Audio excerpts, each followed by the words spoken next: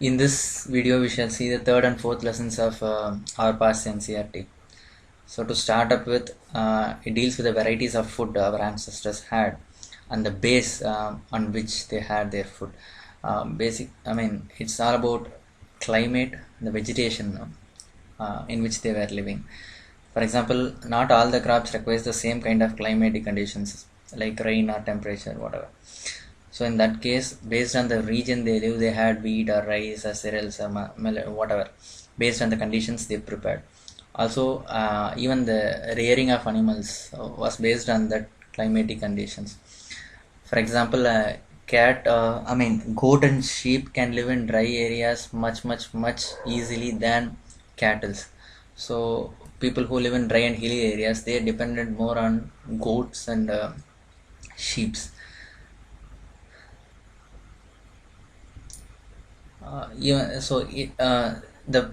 The farming and herding process started beginning in this period, you can say. Farming matlab, see, people, they have to live, obviously they need food.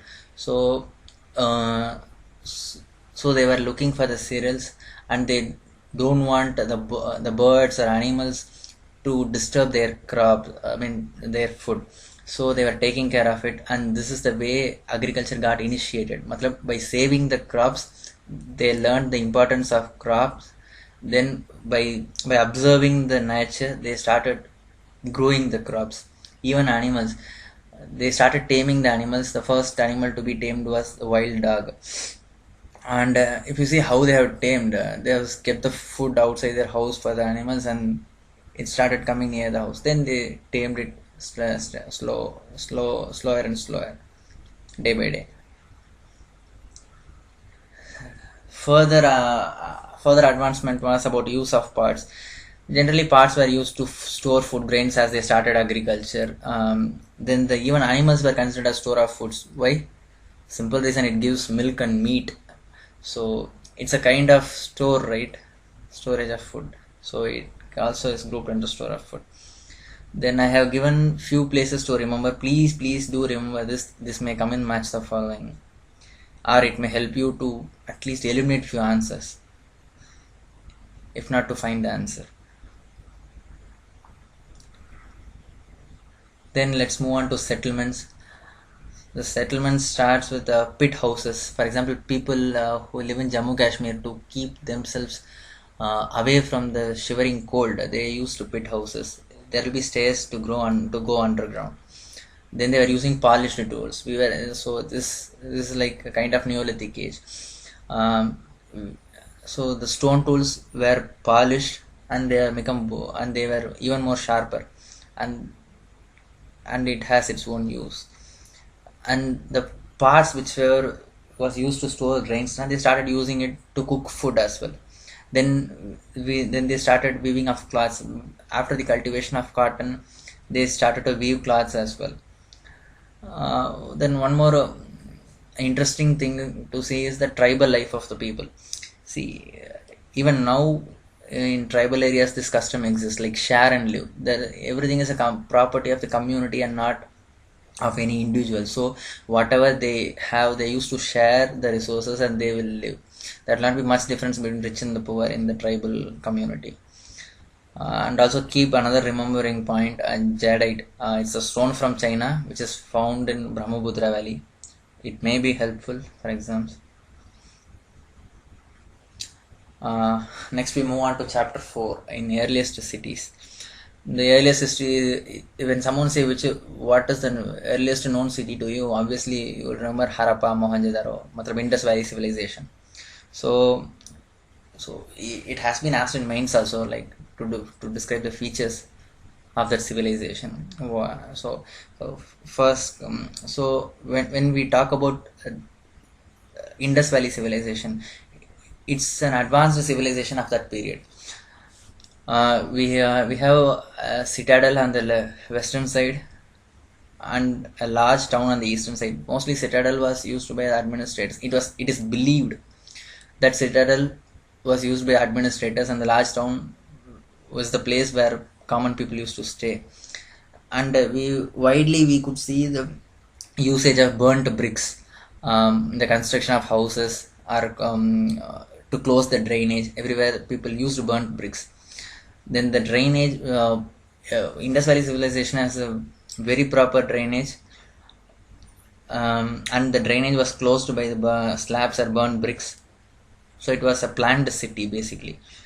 The roads were crisscross. The roads meet each other at 90 degrees. So it's if and only if you plan for something, then you can make a settlement of this kind. Then other interesting features were the granaries and the great bath. Granaries were used to store grains, and great bath, it is believed that people used it for spiritual bathing. And the next slide shows some of the important places in Indus Valley Civilization. We have Kalibangan in Rajasthan, Dholavira in Gujarat, Lothal in Gujarat, Mohenjo-daro now in present Pakistan. So these are some of the regions of Indus Valley Civilization. So please do keep these things in mind. They may ask you in 1 mark. Lothal and Kalibangan, we have the evidence of fire altars. It shows that okay, people might have done sacrifices, might have had the spiritual belief. So we have the evidence of that.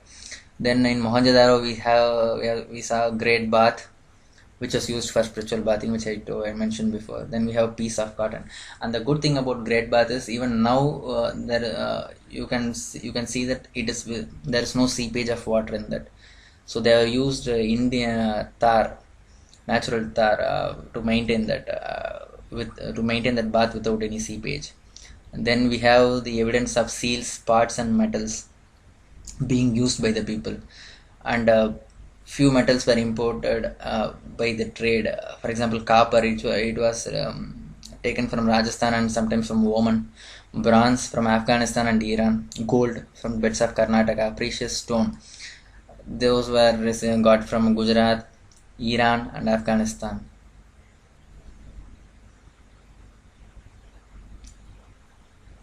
And we please keep in mind the crops grown: wheat, barley, pulse, peas, rice, sesame, linseed and mustard.